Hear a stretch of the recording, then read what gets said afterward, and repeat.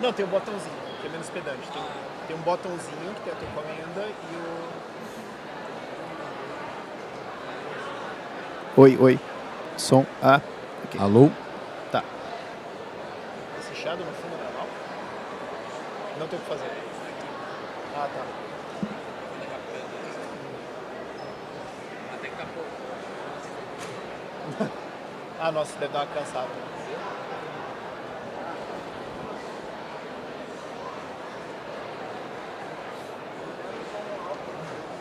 Montou uma plateiazinha.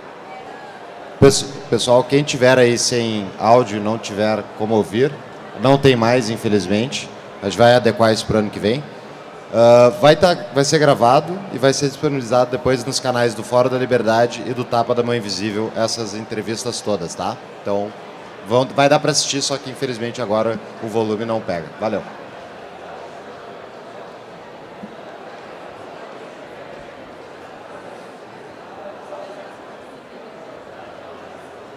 Vamos lá então. Bora. O Brasil nos obriga. Faz a primeira? Não, vou ler os currículos, claro. Muito bem, então, pessoal, todo mundo me ouvindo? Muito obrigado por terem aceito o nosso convite, Rasta e o nosso querido Rafael Lima. O João Nogueira, conhecido como Rasta, ele que pediu para criar o currículo dele aqui, então eu criei o que eu achei melhor, tá? É um conhecido comentarista social, host do Rasta News no YouTube e músico.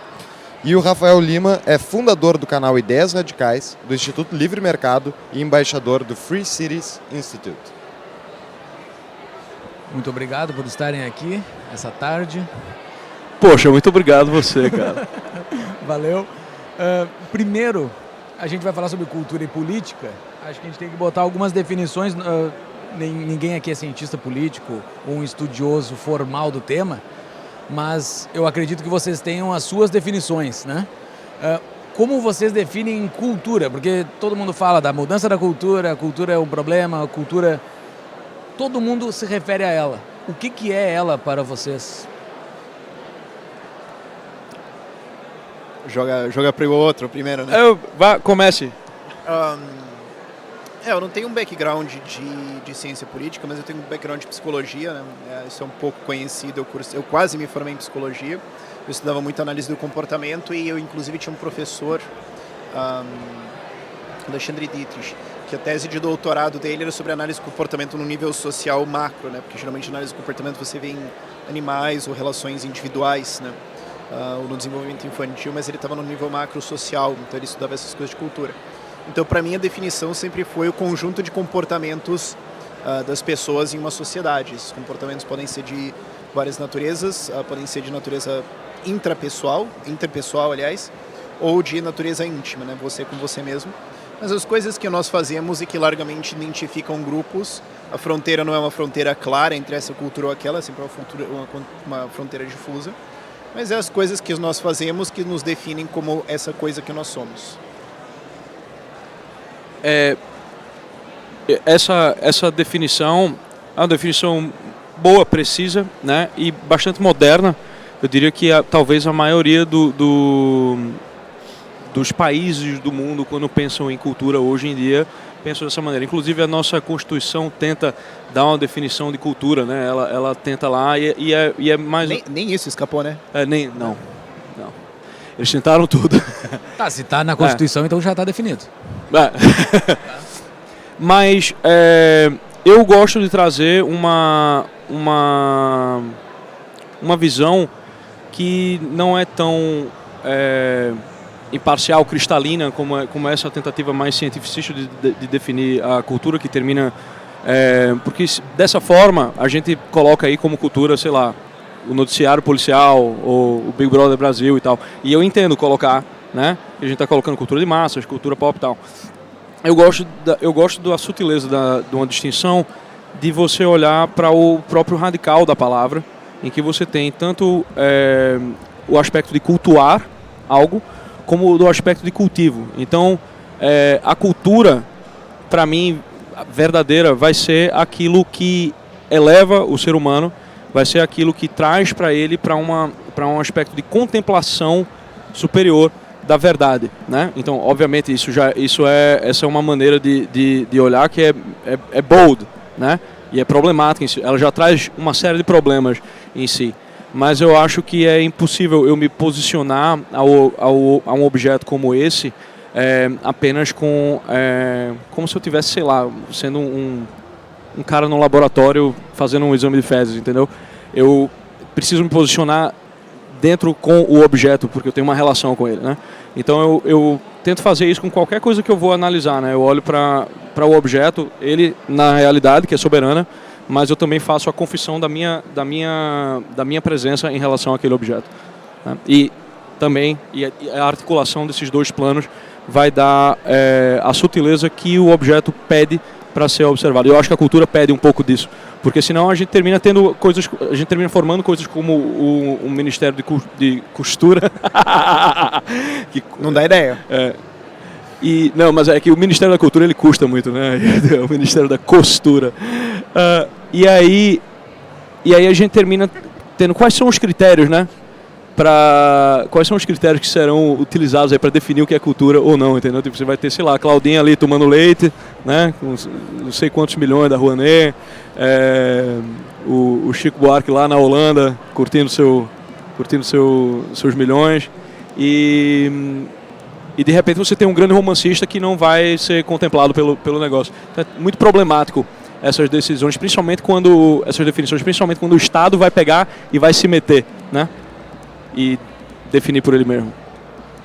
Mas cultura não seria o relacionamento humano, aquilo que a gente troca, as informações, na verdade, aquilo que não é palpável, mas que dita muitos dos comportamentos sociais da interação humana?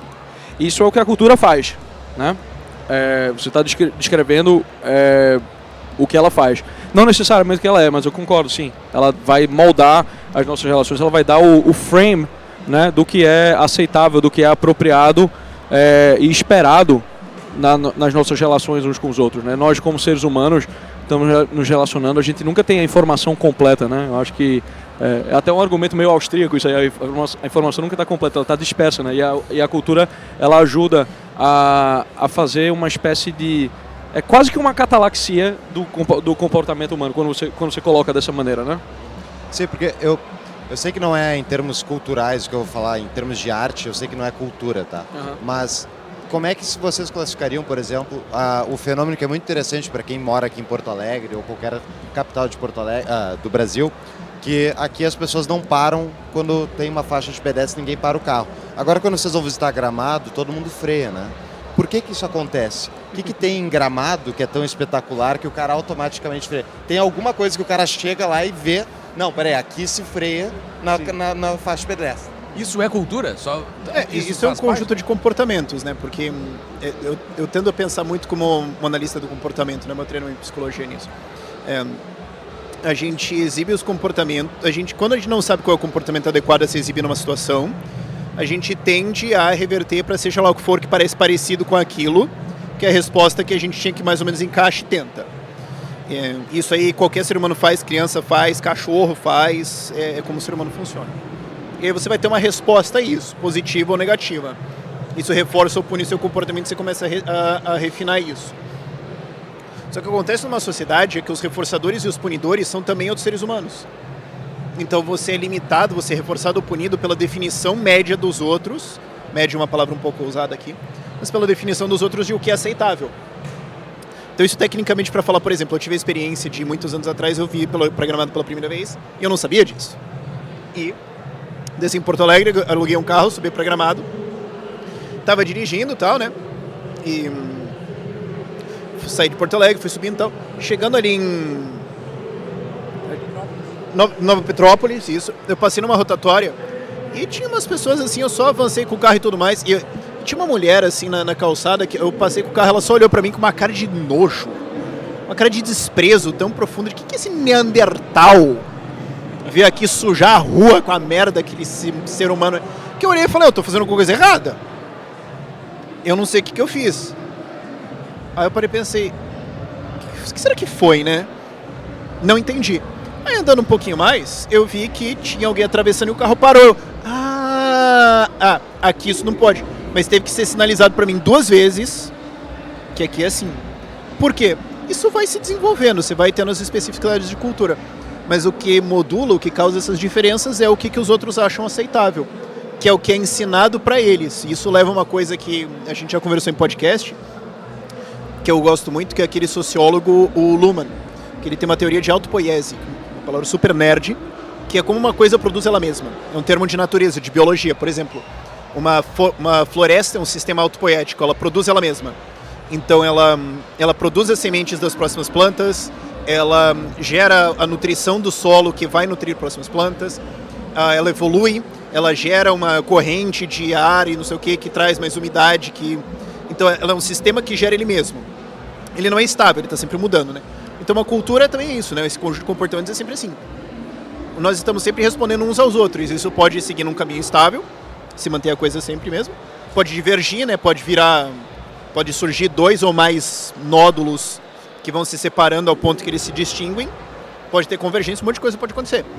Mas é uma produção constante. E o que o Luhmann coloca dentro... Eu adoro o Luhmann, inclusive, porque ele é um sociólogo que ele não é marxista, ele não é marxiano, ele não é de esquerda. Então ele está tendo uma teoria de sistemas ali que não é... Porque geralmente você fala sociologia, a galera já pensa, lá vem os comunistas. Mas não, ele não tem isso, ele é puro nisso. Então eu gosto muito dessa teoria dele. Ele fala que essa autopoiese não é só nós como indivíduos. Você tem sistemas de comunicação e tem outras coisas lá dentro. Por exemplo, a gente tem um exemplo aqui que é o Fórum da Liberdade. Ele é um sistema de comunicação. Então, quando você passa do portalzinho ali e entra naquele mundo maravilhoso que é isso aqui, você já entende que, por exemplo, aqui é mais bem visto você estar de terno. Né? Quem veio só de camiseta pode estar um pouco desconfortável. Tá desconfortável, Rasta? Não, ele claramente não está desconfortável. Mas eu entendo o que ele está dizendo, assim. Mas o ponto é, as regras mudam, então, mas tem coisas que são estímulos. Então, tem o que as pessoas estão fazendo, mas tem os objetos, tem o lugar. Esse lugar, ele te dá um estímulo, ele te mostra aqui, pô, tem esse teto aqui que eu não gosto, mais industrial, mais assim... Poxa, se fosse um lugar tipo super rico, ostentação e tudo mais, ia ser um outro estímulo, ia ser uma outra pegada. Tem a decoração, tem os eventos, tem a música, tudo isso vai influenciando a gente para certos comportamentos e isso cria esse sistema de comunicação momentâneo que é aqui que vai criar uma pequena subcultura ali, temporária, linda, maravilhosa, que enche a gente de esperança, né? Então é isso que vai moldando como a gente funciona, são esses estímulos, não só o que a gente faz, mas como a gente reage ao nosso ambiente, consciente ou inconscientemente. Eu acho que quando você coloca dessa maneira, inclusive dá para você entender a liberdade como um desses produtos, né?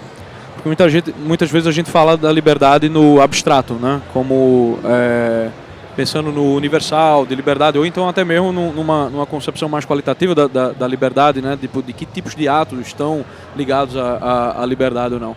Aqui a gente tem uma série de espaços onde a gente pode negociar um com o outro, né? O que é aceitável ou não. E dessa negociação é o que vai surgir a liberdade. O Hegel tem uma visão da liberdade surgindo na sociedade, assim, né? Como essa espécie de negociação, às vezes tácita, às vezes explícita, entre as pessoas e os espaços que a gente tem para navegar, mais do que uma coisa que cai do céu, né? É por isso que liberdade é uma conquista, né? E ela é tão dependente da cultura. Pois é, eu levantei esse ponto porque a gente vai falar de política também aqui, mas tem uma frase em inglês bem famosa, né? Que é Politics is downstream from culture. Política é resultado da cultura. Só que a cultura é o que a gente está fazendo essas trocas e a cultura é determinada ou talvez determine os valores daquela sociedade que vai determinar a política. Então, como é que vocês enxergam esse relacionamento da cultura com os valores da sociedade? Eu não enxergo como downstream, eu enxergo como, de novo, parte desse sistema de comunicação. A cultura vai largamente influenciar a política? Sim. Agora, a política pode ter influências na cultura? Também. Quando você coloca alguma política, por exemplo, um Bolsa Família, que cria um mínimo de renda, isso está dizendo que todos os trabalhos abaixo, que você está criando um mínimo de renda com zero esforço. Então você cria um desincentivo brutal para qualquer trabalho ou atividade remunerada abaixo disso. Resulta que quando você vai para o interior do Nordeste, várias famílias que tinham uma pequena agricultura de subsistência pararam. Não, mas você podia ainda fazer isso para produzir um pouco mais de alimento. Não, sim, mas por que eu faria isso? Então isso afeta, aí vamos pensar. Então, se você foi criado numa casa dessas nos anos 70, 80, 90, você viu seus pais trabalhando no dia a dia para tirar o sustento. Se você está sendo criado numa casa dessas agora, você está vendo seus pais tirando o sustento da boca do caixa e não está vendo eles trabalhando no dia a dia. Então, você está crescendo num ambiente de trabalho duro, dedicação, acordar cedo, sol a sol, ou num ambiente de sustento vem do éter. Então, é uma política que vai influenciar a cultura. Então, você tem uma relação dupla, ser uma autopoiese. Um produz o outro. A mesma coisa acontece quando o Estado vai lá, imprime mais moeda e ele age irresponsavelmente em relação à inflação e tal. Ninguém tem mais o incentivo ou vai pensar sequer em economizar ou pensar tipo, a virtude pela qual se economiza é a prudência, né? Tipo, a relação do homem com as coisas no tempo, né? Então acho que é bem por aí. Mas além disso, a política ela também influencia a cultura. Se você for pensa, sei lá, na Grécia Antiga, né? Tipo, você tava vendo encenadas as grandes peças, né? De Eurípides, Sófocles e tal. E isso era financiado pelo governo, né? Sem isso não haveriam essas peças. Peças que pegavam as lendas que as pessoas já tinham na cabeça, né, já faziam para todo mundo que ia assistir, sei lá, Édipo Rei já sabia como terminava o negócio. Mas você estava indo ver a interpretação e o recorte que o autor fazia naquilo. E isso, quem condicionou foi o governo. Então, tipo, o governo afeta não só o comportamento cultural das pessoas, como ele também afeta o imaginário das pessoas pelo que ele seleciona, né? Tipo, a mesma coisa aconteceu no teatro elisabetano, né? Que foi largamente fomentado pelo governo. Então, e óbvio, essas ideias vão povoar o imaginário das pessoas e isso vai mudar as expectativas que as pessoas têm em relação à própria ordem política, a ordem da polis. A gente está muito amiguinho aqui. Vamos tentar botar um pouco de gasolina. Que é um posicionamento que provavelmente seja o contrário de vocês dois. Que o Raça já começou a falar sobre ele. Que é sobre a ação do Estado em cima da cultura, ou talvez em parte da cultura, não em tudo. Há espaço para isso? E qual é a tua defesa para isso? Que tu já nos falou qual é a tua posição. E qual é a tua posição se for contrária? Por que o Estado não deveria se meter nisso? Olha, doutrinariamente eu sou contra, entendeu? Mas eu articulo... Tentou plantar a treta e deu errado. Tu também é a favor? Não, ele tá falando que doutrinariamente... Não, mas ele vai... tem um mas depois, tem um mas, vai ter um mas. Não, é que eu não ajo doutrinariamente, né, na vida. Eu acho que nenhum de nós age doutrinariamente. A gente paga IPVA, né, a gente paga essas coisas. Então, assim, eu vejo que houve momentos em que o Estado incentivou ou desincentivou a cultura, como esses dois exemplos que eu dei, né? Por exemplo, as peças gregas e o teatro elisabetano, né? E que foi uma coisa benéfica para a humanidade, né? Agora, doutrinariamente, você, principalmente dentro do Estado moderno, onde você não tem uma cultura, onde sequer você pode fazer um julgamento de valor próprio, né? Porque se você for olhar qualquer essência dos governos onde a gente não pode mais dizer que uma coisa é sequer superior à outra, né? Então, tipo, a parte fundamental do juízo estético já foi para fora. Então, tipo, se você tem o governo hoje agindo, fica muito complicado. Ele vai às vezes incentivar um monte de porcaria, né? E tudo mais. Aí você precisaria de uma cultura que condicionasse o governo a escolher bem, entendeu? Então, por isso que doutrinariamente eu sou contra. Agora, na prática, eu já vi funcionar, entendeu? E funcionaria no Brasil, tu acha? Eu não trabalho com IA, né? Ah, tá. IA é freio de burro. Aham. Eu não vejo... No sentido da cultura no Brasil, não existe nenhum político, não existe ninguém na esfera política, seja tipo os ministros que foram colocados, assim, que seja gente de competência para sequer lidar com a cultura. A maioria é uns caras apedeuta, assim, aventureiro, tá entendendo? Teve aquele maluco lá que o Bolsonaro colocou, que o maluco, tipo, escreveram um discurso pra ele lá do Goebbels, tá ligado? Tipo, o cara é tão idiota que ele não conseguiu perceber o que é. Eu presumo que ele foi idiota, certo? Para não presumir que ele fosse jazzista, certo? Então, assim, você entra numa estrutura dessa como um Ministério da Cultura hoje e você não tem nem um entendimento de como cultura funciona, nem do entendimento de como o Ministério funciona, a galera vai te comer lá dentro, porque quem é que decide as coisas no Ministério? O ministro ele só está lá para tomar o tapa da mídia, né? Quando ele fizer merda, né? A cabeça vai ser a dele. Mas quem vai operar o negócio são os caras que estão lá há muito tempo, né? E a esquerda já fez esse trabalho de ocupar esses espaços há muito tempo. Então, assim, eu não vejo, né, alguém com a cabeça necessária para pegar um mic. Mas é possível? É. A personalidade humana, ela ela chega a limites assim que a gente não antecipa às vezes. Sim, com certeza. O Rafa? Não, obviamente a minha posição é contrária dessa intervenção no Estado nisso, porque eu sou a favor da separação do Estado de qualquer coisa, especialmente Estado de ideias.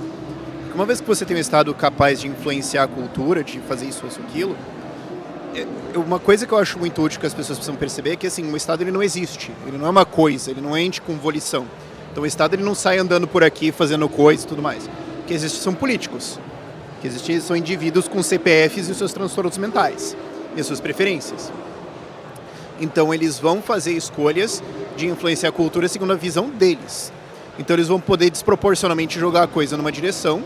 E eu não confio na capacidade de um político de tomar uma decisão no meu interesse, porque se ele quisesse tomar uma decisão no meu interesse, ele tentaria se associar comigo. O fato de que ele tenta me obrigar a alguma coisa confessa necessariamente que aquilo que ele quer fazer é contrário ao meu interesse. Se fosse alinhado, ele simplesmente pediria meu dinheiro e a gente faria negócio. Se ele tem que pegar meu dinheiro à força para me obrigar a participar de alguma coisa, é porque eu não quero. É porque há um desalinhamento de interesse. Então, se você tem que fazer isso, é porque ele está impondo alguma coisa. Então, certas pessoas vão ter uma capacidade de manipulação cultural que é indevida, e as pessoas não deram isso, não deram essa autorização a eles, viu uma relação voluntária ali. Isso vai dar problema. Isso pode dar problema de puramente perder dinheiro, isso pode dar problema de algum desvio cultural estúpido, isso pode dar problema de manipulação política para tentar sustentar um regime. E aí a gente entra no ponto que o Hayek faz lá no Caminho da Servidão, de 1944, que ele fala, olha, os piores vão chegar ao poder, porque tem os incentivos do jogo. Então os políticos que mais usarem esse poder de manipulação cultural para ganhar poder político e se reelegerem, aumentar a sua capacidade, serão aqueles que terão mais poder político. Então, por mais que você tenha pessoas bem intencionadas que queiram fazer um bom trabalho, elas tenderão no longo prazo a perder para o cara que vai usar isso para um instrumento de poder próprio. Tanto que depois de um tempo razoável, algumas poucas décadas, você vai ver que a tendência forte ali é usar a cultura para, usar essa coisa para um fortalecimento do partido do grupo político em voga. Então a tendência vai ser essa, porque, você fala, se você chega no futebol e legaliza a dedada no olho, se você der uma dedada no olho do colega, não é falta, a segunda é. Pô, todo mundo ia ter rodízio no time para como é que a gente vai fazer. Então você ia estar vendo no jogo de futebol lá, os caras, curiosamente, acidentalmente, todo mundo consegue dar uma dedada em alguém. Claro, porque é um incentivo. Então quem hackear isso mais, quem abusar isso mais na regra, vai ter a vantagem. Então esse é o problema. Por mais que você tenha um bom incentivo, ele vai ser usado pelos piores e vai virar tendência.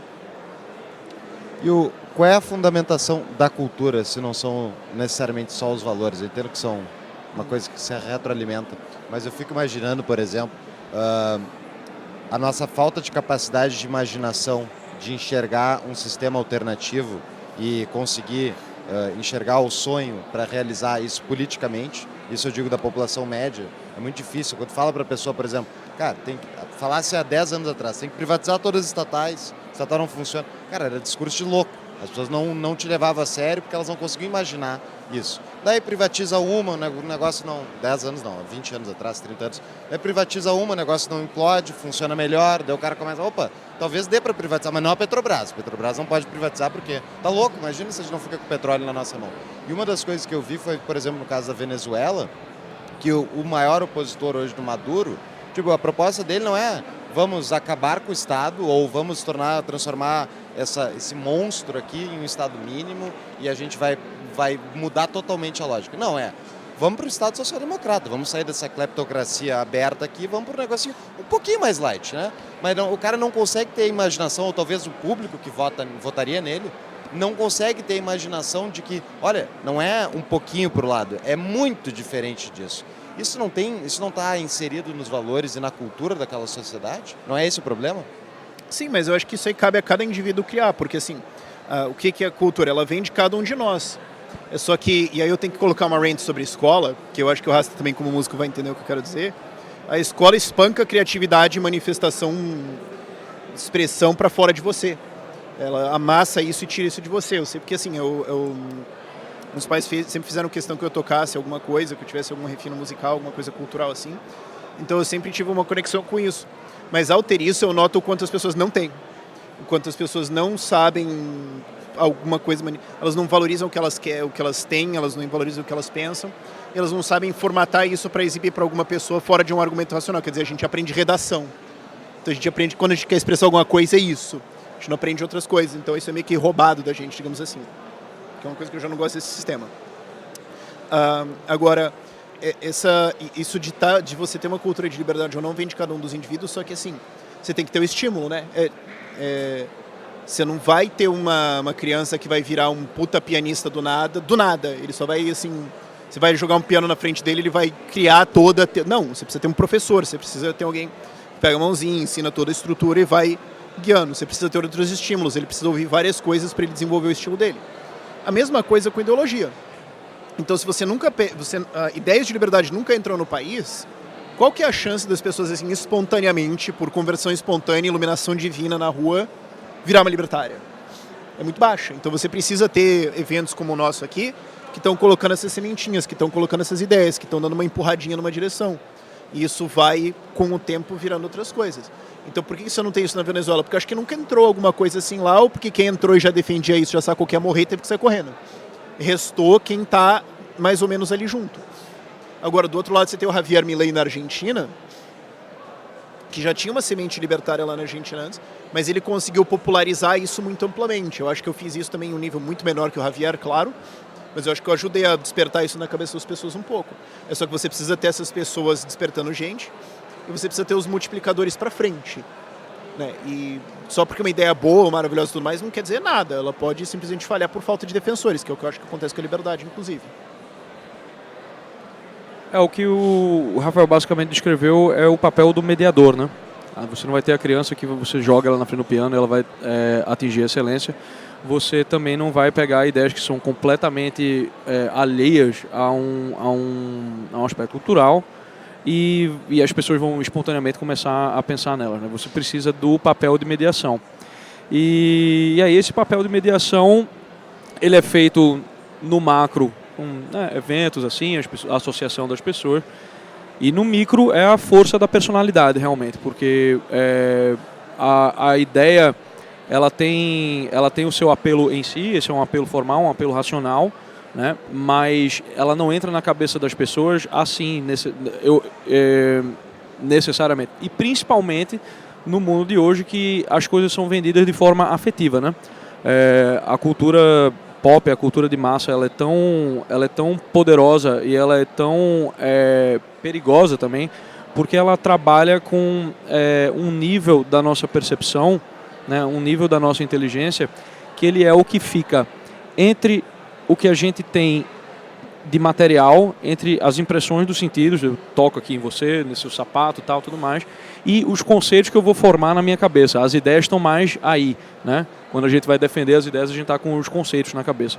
Mas as pessoas que nunca ouviram, elas vão tentar, para conceber essa ideia, elas vão formar uma estrutura intermediária entre a percepção e a formação do conceito, que são os fantasmas e os afetos, né? O afeto é aquilo que faz com que, quando tu escuta uma palavra tipo privatização, no esquerdista deu... Porque é o afeto que tá fazendo isso. Ele não tem um conceito da coisa, né, com a qual ele possa se relacionar de maneira própria. Por exemplo, quando eu escuto mais-valia, eu não tenho vontade de me cagar porque eu estou escutando mais-valia, né? Porque eu já li, eu não tenho... Aquilo não vai me matar aquilo, né? Quem vai usar aquilo pode me matar. Já mataram mais de 100 milhões. Mas o ponto quando a coisa é vendida de forma afetiva, você vai ter o primeiro aspecto dessa mediação. Às vezes você tem que fazer isso mesmo, você tem que mostrar, dar meio que um tapa na pessoa, e a pessoa, eita. E aí ela começa a poder, com o tempo, através da mediação, formar os conceitos. A cultura de massa, a cultura pop, ela termina no afeto. A ideologia também. Porque a ideologia é o quê? A ideologia ela é um esquema racional, né? A razão, ela é a nossa faculdade, das 7 faculdades humanas, ela é a faculdade que percebe a proporção dos entes, né? A gente olha essa cadeira aqui, a gente vê que ela tem proporções geométricas, ela tem proporções de materiais. A gente lê um romance, a gente percebe que, tipo, na prosa tem elementos de frases longas, frases curtas, né? Figuras que são feitas. Tudo isso a gente contempla proporções, e é a partir disso que a gente vai julgar as coisas como belas ou feias, né? O juízo do real, ele vai ser feito lá em cima, né? Você passa da razão, você tem o apetite concupiscível, o apetite irascível, que vai te dirigir aos bens, primeiramente os bens físicos, depois os bens árduos, e aí você entra no intelecto ativo, que é o que vai distinguir verdadeiro de falso. Para você chegar nisso aí, você passou pela razão primeiro. A ideologia, ela vende um esquema racional, ele tem uma proporção, né? Quando Marx está descrevendo, por exemplo, como o valor é formado na sociedade capitalista, que ele faz uma abstração do trabalho socialmente necessário e ele mede como se fosse um fantasma realmente em horas, ele está usando um esquema racional. A pessoa pode dizer, poxa, realmente isso faz sentido, né? Porque tem uma prosa, tem uma narrativa, tem algo de real tá ali.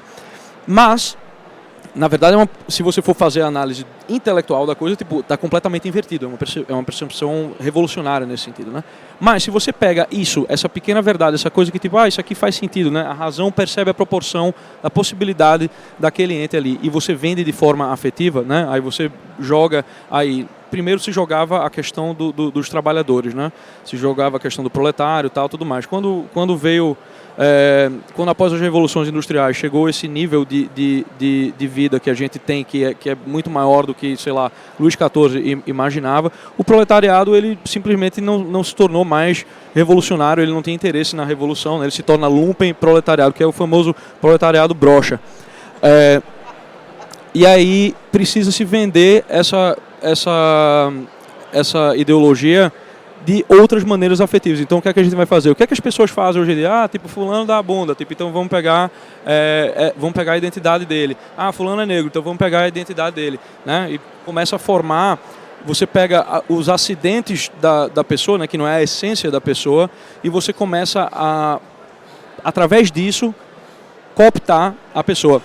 Eu acho que nas ideias da liberdade, a gente precisa fazer um pouco disso, mas a gente tem que sempre ter o cuidado para a gente não ficar nisso aí, porque senão você vai continuar apenas vendendo a ideologia, um esquema racional vendido de forma afetiva. E você, depender do afeto das pessoas, não tem permanência nenhuma na ação das pessoas. E o que faz com que uma sociedade dure, o que faz com que instituições durem, o que faz com que a gente possa ter liberdade é justamente o elemento de permanência nas ações humanas. Muito bom. Cara, indo nessa linha que tu falaste aí, Rasta, tu deu o exemplo da esquerda, que utiliza a pauta identitária, vamos simplificar aqui como identitária. Qual seria o identitarismo, não sei se seria o identitarismo, que a gente poderia utilizar? Tu faz ideia? Cara, na direita já se usa identitarismo, né? A questão da família, a questão de ser católico, a questão de ser cristão e tal, e tudo isso é vendido de forma afetiva, né? Então esse é o caminho que muitas pessoas usaram. Não funciona para todo mundo. Eu acho que é importante o cara sair da torre dele, né? E o que é que eu gosto de fazer, por exemplo? Eu estou aqui em Porto Alegre, né? Ontem eu estava lá no rolê, né? Todo mundo que concorda comigo estava lá. Aí depois eu fui lá pro centro, fui pro rolê esquerdista, tá entendendo? Eu chego lá, e aí, nossa, conversei com uma feminista chata pra caralho ontem, assim.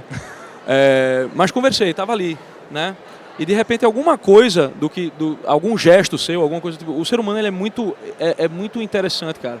Porque principalmente quando ele está nessa espécie de torpor afetivo, tem alguma coisa que você faz, uma palavra que você faz, uma entonação que faz com que ele se interesse por alguma coisa. Muita gente já se converteu escutando coisas que eu falo. Mas às vezes se eu vou vender o identitarismo de direita, aí já não rola mais, porque você começa a pregar para o convertido. Identidade é uma porcaria, né? Identidade ela funciona num certo nível da personalidade, né? Quando você está formando ali a sua individuação, você está chegando, o Olavo colocaria ali na quarta, quinta camada, né? Isso é coisa de adolescente, basicamente, né?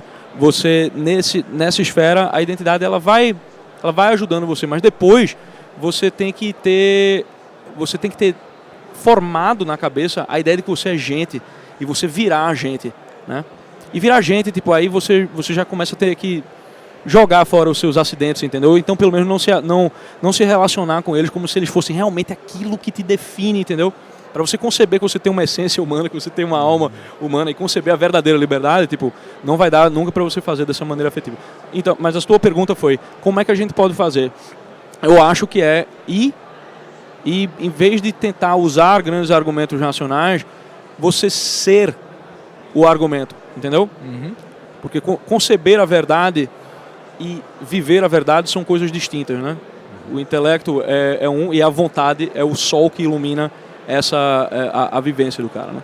Então é através disso. Tu vai, conversa, não tenta converter, mas eu conto histórias pra caralho, tá entendendo?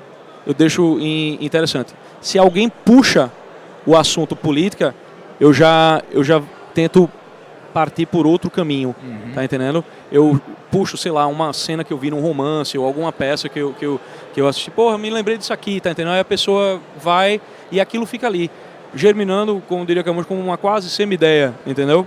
E eu acho que é por aí. O caminho do identitarismo de direita já se mostrou que serviu para dividir, né?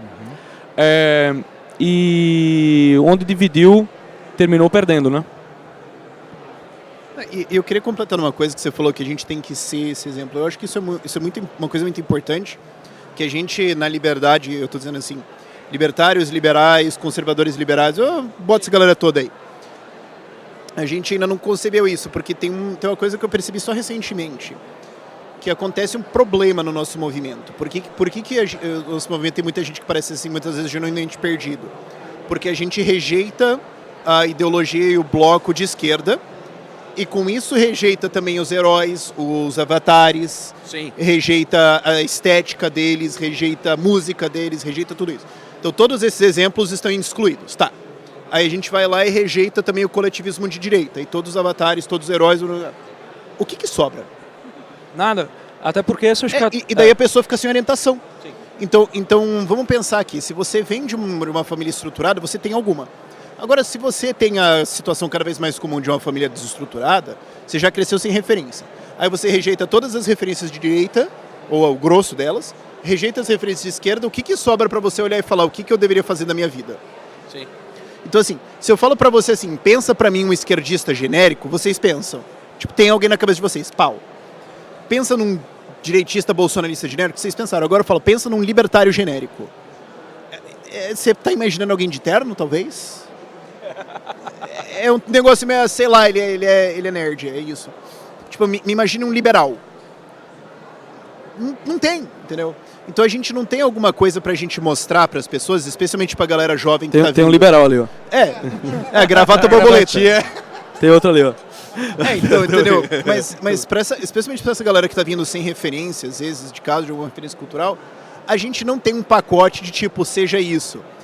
E isso é uma coisa que eu digo assim, a gente tem um movimento intelectual, mas a gente não tem um movimento cultural de liberdade que é legal. Porque assim, é maneiro ser de esquerda, porra, tem as festas, tal, você se diverte, blá, blá, blá. Se você já é religioso, é maneiro ser de direita, tal, vamos pro culto, cantar, maneiro. Mas assim, vamos pro rolê liberal, vamos, tipo, debater Mises. Porra, que saco. Tipo, não é um convite divertido, tá ligado? Tipo, liberais, quando eles querem se divertir, eles fazem o quê? Então, eu acho que é por isso, na verdade, desculpa, eu sei, mas é porque eu queria chegar muito nisso. Eu acho que é por isso que eu ter lançado o anarcomarombismo como... Aí, ó, anarcomarombismo, gostei. Porque eu lancei isso, eu gosto de treinar levantamento de peso e eu comecei a postar e falar assim, o anarcomarombismo. Eu falei, libertário faz o quê? Nós treina. Aí um monte de gente falou, vamos treinar, porra, maneiro, legal, vamos, Uga, sei lá. Tipo, pegou alguma coisa primitiva no ser humano e colou e muita gente aderiu. Até hoje eu não entendo por que o anarcomarombismo deu tão certo, mas eu acho que como tem um vácuo, e são umas ideias que meio que batem com liberdade, tipo autorresponsabilidade, esforço, enfrentar um desafio, cuidado, se encontrar uma versão melhor de você mesmo. Eu acho que encaixou ali. Mas a gente precisa mais dessas coisas, tipo, porra, o que a gente faz? Ter o chopp sem imposto. Não, legal, treinar, tomar uma, tá ficando legal, tá ficando uma lista maneira. Mas a gente precisa começar a descobrir o que essas coisas que a gente faz para ter esses exemplos para as pessoas não falarem só assim, liberais eles entendem pra caralho de economia e tudo mais. Mas para eles olharem e falarem, porra, cara, que sociedade maneira, eu quero fazer parte dela. E a gente não tem ainda isso, em parte porque como a gente é liberal e a gente é libertário, e a gente defende várias ideias de sociedade que não são compatíveis entre si, porque a gente fala, pode ter uma sociedade super conservadora aqui, beleza, só não ter nenhuma agressão, beleza. E se quiser ter uma sociedade aqui completamente maconha e cu, alguém é obrigado a participar? Não, tá bom. Mas as duas são incompatíveis. Então acho que a gente que defende liberdade muitas vezes fica reticente de defender a nossa versão que a gente acha bonita, por falar assim, talvez quando eu defender essa parece que eu estou rejeitando as outras. Então para eu não querer excluir essas, eu não vou falar da minha, e a gente não fala de nenhuma. E daí não tem nenhuma referência, nenhum modelo, nenhum nada, olha, isso aqui que eu quero, isso aqui que eu acredito, isso que eu acho bonito. Aí todo mundo vê de fora e pensa, os caras só ficam falando de economia e Bitcoin, porra de saco. E daí não atrai gente. Inclusive no coquetel que a gente tava, esses dois aqui começaram um papo do Bitcoin chato pra caralho. Ele começou, eu não. Meu irmão. Não começou, eu disse, eita rapaz, não é que a festa acabou? Aí eu já fui. Aí eu já... Entendeu? Justo. Mas uma das coisas que a gente não falou aqui, especialmente relacionada com a política, que é muito importante, é a questão da estética. E eu não sei vocês, mas a minha percepção é que o governo acabou de perder a eleição, ele perdeu especialmente por uma questão de estética. A estética bolsonarista pegou muito mal com muita gente, especialmente pandemia, né, negócio de se asfixiar, de dar coquetel, negócio para EMA, tudo isso, muita gente, especialmente que está no centro, não se importa muito com política, ficou com asco do Bolsonaro a tal ponto que não, ou votou nulo ou votou até no Lula. Eu vi gente que tinha votado no Bolsonaro e inverteu o voto pela estética. Como é que a gente, enfim, termos políticos, para defender liberdade, como é que a gente trabalha a questão da estética junto à população? Isso volta para o que eu tinha falado, assim, então eu já tinha entrado um pouco assim, em que a gente não tem uma estética, né? A gente não tem o que é um liberal, o que é uma sociedade liberal, assim, para as pessoas verem e terem isso palpável, então eu acho que eu já tinha entrado um pouco nisso. Mas, de fato, isso foi, eu acho que um dos fatores principais do Bolsonaro, e que vem do fato do movimento bolsonarista ser um movimento contra. Ele é contra o PT, ele é contra o socialismo, ele é contra não sei o quê. Então, é o que eu chamaria um movimento marreta. Ele está aqui para derrubar, mas ele quer construir o quê? Então ele não é um movimento construtor, e eu acho que isso é uma coisa que eu sinto falta na gente, assim, de o que a gente quer construir. A gente precisa mostrar isso para mostrar para as pessoas, a gente precisa montar isso para mostrar para as pessoas. E a questão é como dificulta por causa dessa nossa pluralidade, né? A gente é um movimento que recebe ateus e religiosos de todos os tipos. A gente é um movimento que recebe a galera fitness e a galera maconha e tudo mais. Tá bom, tudo bem, é válido, né? Então isso cria uma complexidade de informação para ser transmitida muito grande, né? Não tem uma doutrina central de vida ali. Mas o que eu recomendaria, assim, cada um de nós, acho que a gente precisa manifestar mais o que é a nossa paixão e a nossa visão de o que é o libertarianismo segundo você. E vai ter várias outras coisas diferentes, que nem eu manifesto isso quando eu vou lá e falo, narcomarombismo. Pô, a galera, ele fala, sei lá, eu acho maneiro treinar. Tem galera que não acha, beleza, mas então vai com outro cara lá. A gente precisa ter mais essas propostas manifestas assim. Outra que também está crescendo agora dentro do movimento da liberdade é que um monte de gente está se convertendo, né? Um monte de gente está se convertendo, eu também. Então, eu estou falando que agora está surgindo o anarco-cristianismo, né? Eu estava conversando com um amigo meu, Werner. Estou falando, cara, a contra-tendência agora é Jesus Cristo ir para academia, né?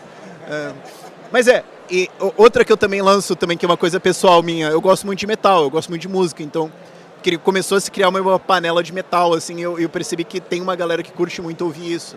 Mas também vai ter a galera do narco-jazz, é só que a gente precisa começar a manifestar isso. E faz parte, porque assim, a gente começou dentro de um movimento intelectual, beleza, vai demorar até as ondas de ideias chegarem a isso. Mas eu acho que a gente precisa, além dessa nossa manifestação intelectual, também falar assim, é isso que eu acho bonito, é isso que eu acho legal e tudo mais. Por isso que eu acho legal também quando você vai no perfil do Zema, às vezes tem ele treinando ou comendo queijo. Ou você vai, tipo, eu acho legal essas coisas que é só ele vivendo ali. Então ele tá mostrando algum jeito ali. E isso vai atrair pessoas, isso vai comunicar. O problema é que a gente tem uma pletora tão grande de coisas que é difícil, mas se a gente começar a fazer isso daqui a uns anos, vai ter assim as suas bolhas, as suas tribos e tudo mais, e vai ser mó legal. Eu sonho com um dia que vai ter, tipo, um evento de stand-up libertário. Ou um evento musical libertário. Tipo, sei lá, a gente vai ter no Fora da Liberdade, vai ter um palco com música. Mas precisa ser libertário, não precisa ser só Não, um evento. não, mas eu digo assim, de feito por libertários, que então. tenha no meio do caminho ali algumas coisas completamente vinculadas à ideia da liberdade, que nem tu vai num evento, num show qualquer, e o cantor no meio do show, ele fala uma esquerdice qualquer. Ele não é... Tu não tá indo num show de esquerdismo, tu não tá indo num show de esquerdistas. Sim. Mas no meio o cara manda bomba ali. Já tem umas presenças disso, mas eu tava dizendo no sentido assim, de a gente ter um evento como esse, e de fato lá no palco já tinha algumas performances, algumas coisas assim, eu acho isso legal. Mas digamos, se o evento incorporasse ter algumas outras atividades assim, tipo, aqui vai ter só música, ou aqui o pessoal vai ter só algum negócio de arte, ou sei lá, entendeu? Tinha um evento da MBL que eu achei legal, que eles tiveram tipo competição de jiu-jitsu. Eu falei, pô, legal, não sei, vamos lá. A questão da estética que tu falou, ela não surgiu por acaso, né? Tipo, o Bolsonaro surfou em algo que está no imaginário do brasileiro já há muito tempo, né? Primeiro, nós somos um país que a história da República é a história do Exército brasileiro, né? A proclamação foi feita pelo Exército, a Revolução de 30, Exército, 64, Exército. Tipo, a gente tem, sei lá, de 88 para cá, a gente tem uma quase semi-republiqueta fundada, onde a presença do Exército sempre foi essa, né? E a gente tem, por outro lado, um sentimento difuso, né, na população brasileira, que é, de alguma forma, cristã, por mais heterodoxa que seja, né? Tipo, o Brasil tem aquele cara que vai tomar passe na quarta e vai comungar no domingo, né? Então, o Bolsonaro, ele conseguiu surgir nisso aí, era uma coisa que já existia, né? E ele fez parte disso, e ele fazia isso de uma maneira muito sincera. Eu não acho que ele estava fingindo, tá entendendo? E aí, para haver uma reforma estética, ela não vai acontecer com um político planejando, entendeu? Como é que eu vou me portar e tal, porque o arquétipo anterior, né, de direita no Brasil era aquele cara PSDB, né? Era o partido da boa gestão, né? Era o partido da minha na tua mão, era aquela coisa que você bota na frente de um esquerdista, você pega, sei lá, até um Boulos, cara, tá ligado? Não tem pra onde. Entendeu? A galera vai se aliar com o populista. Então surgiu um populismo de direita, né? Que foi possível dado essa história que o Brasil tem. A gente precisa de uns 80 anos, pelo menos. Pelo menos. E tipo, agindo todo dia, eu vejo que nós somos também um país de muito cacique para pouco índio, né? Então, cada indivíduo vai se erguendo como um colosso randiano, assim, tá entendendo? Que vai, grandes guiadores de nações, grandes influenciadores de nações e tudo mais. A gente viu isso muito durante os protestos contra a Dilma, né? Surgiu ali das manifestações, daquele descontentamento, um monte de novas lideranças, entendeu? Mas a cultura não tinha mudado ainda. Porque esse espaço foi ocupado durante 50, 60 anos de gente que topa fazer. É aí que tá.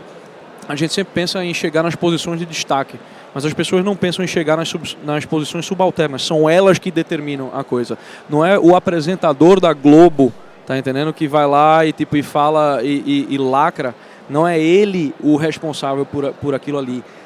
Por trás daquele apresentador lacrador tem o cara da câmera, tem a menina que está trazendo o cafezinho, tá entendendo? Na redação de jornal não é só o cara que está escrevendo, tem toda aquela estrutura lá. Tanto que tu viu quando o Lula ganhou agora, tu olha a Globo, quem é que estava festejando? Tinha artista ali festejando, mas era todo mundo, cara, entendeu? Então essas coisas você só conquista com o tempo. O Rafael deu um caminho, né? Eu acho que inclusive essa coisa do exercício físico e do cristianismo, elas são muito boas de serem promovidas porque elas são muito antigas, elas funcionam, elas são verdadeiras, né? Então eu acho muito, muito bom, porque você está indo em algo essencial, né? E funciona, as pessoas mudam. Eu estou vendo pessoas mudar de vida, é engraçado, tem gente que começa a treinar, de repente o cara para de ser comunista, é impressionante, né? É sério, o cara para de ser woke, o cara vai tipo, porra, ele consegue juntar ali, né, coisas que eu não sei explicar como é que acontece, né? Agora você precisa de anos e anos disso daí, né? E assim, eu acho que a gente ter essas conversas aqui ajudam a que esses anos sejam preenchidos com o material que vai gerar essa mudança. Porque aí não vai ser só uma mudança estética, né? A estética ela apela novamente somente àquela razão. Ela vai ser uma coisa mais profunda, né? Que vai tomando conta da nação. E última pergunta aqui rapidinho. Vocês dois têm canais no YouTube com centenas de milhares de seguidores, tem um impacto significativo nessa cultura. Rafael mais na parte libertária, Raça, eu nem sei como é que classificaria o teu público, mas tem certamente boa parte de direita. E qual é o impacto que vocês imaginam que os influenciadores vão ter na mudança da cultura daqui para frente?